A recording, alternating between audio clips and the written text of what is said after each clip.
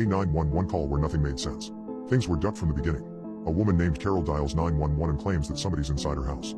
We go investigate, searching the place inch by inch but find nothing. Usually, this could be easily explained away. The mind of an older person living alone eventually starts deteriorating. The onset of dementia and other mental issues start to take a toll on their lives. Quite sad.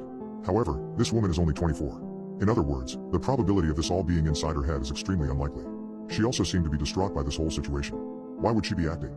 We leave her place and tell her to contact us if she sees anything again. I mean, we couldn't do anything at that point.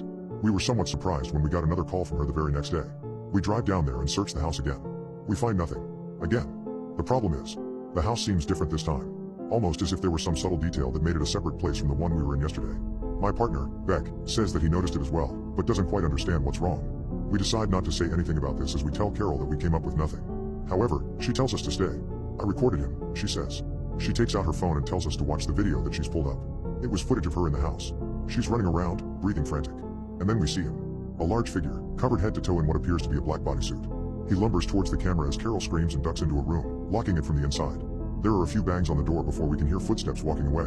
We don't know how to react to this footage, but we try anyways. We conclude that the man must have left once Carol got behind the door. However, the front door was locked when we came, and Carol told us that she hadn't left the room. Did he also have the keys to her house? That would explain a lot, but it also made this situation a lot worse. We decide to keep an eye on her house for the night. We're discreet, parking about a block down the road in an unmarked car. We're both fully awake, ready to go as soon as we see some sketchy poop. At around 2 a.m., we see somebody walking across the road, towards her house.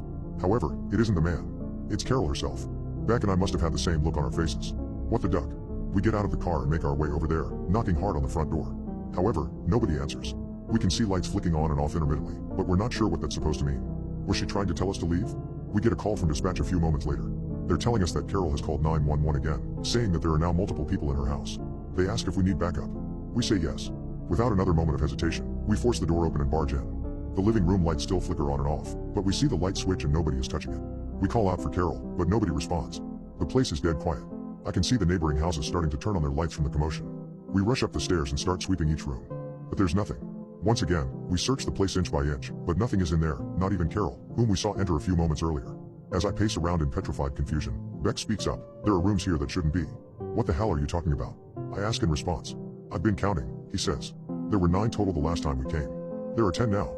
You didn't notice it? I force myself to think hard. Subconsciously, I knew that something was off, but couldn't pinpoint exactly what. However, I eventually realize. The basement. There was only a door down there last time. Beck nods. 2 now. I don't know what to think. I look at my surroundings and try to make an assessment, but none can be made. We hear a knock on the door about 10 seconds later. It sounds agitated. We look out the living room windows but aren't met with the red and blue police lights. We're hesitant to answer, of course.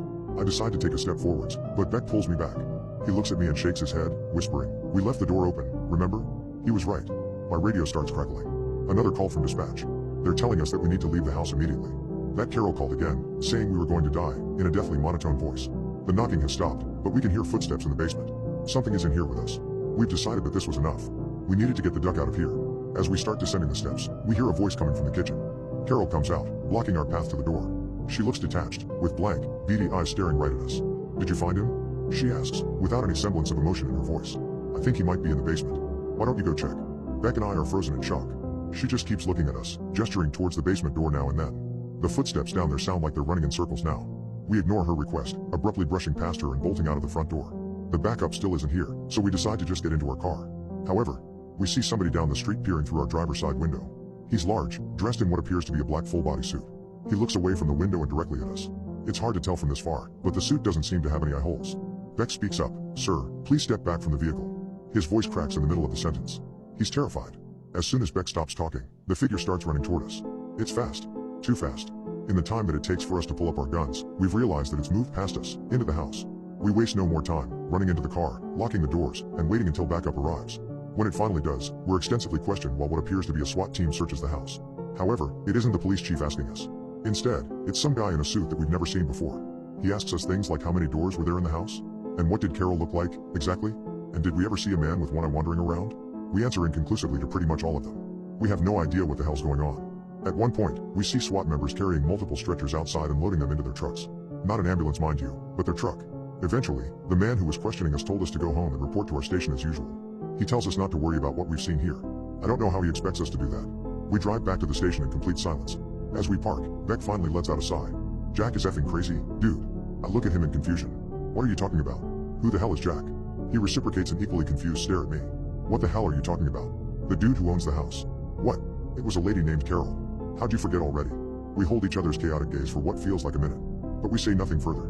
We both silently exit the vehicle and start heading our separate ways home. We both know that something's wrong with the other. I try not to think about it too much as my head hits the pillow. I manage to drift off to sleep about 3 hours later, only to be woken up immediately by the telephone. Barely coherent, I answer it. We need you. A woman dialed 911. Says that somebody's in her house. My heart sinks slightly. It sinks completely when he tells me the address. It's Carol's. I hang up the phone and slump into the bed. I just want this nightmare to end.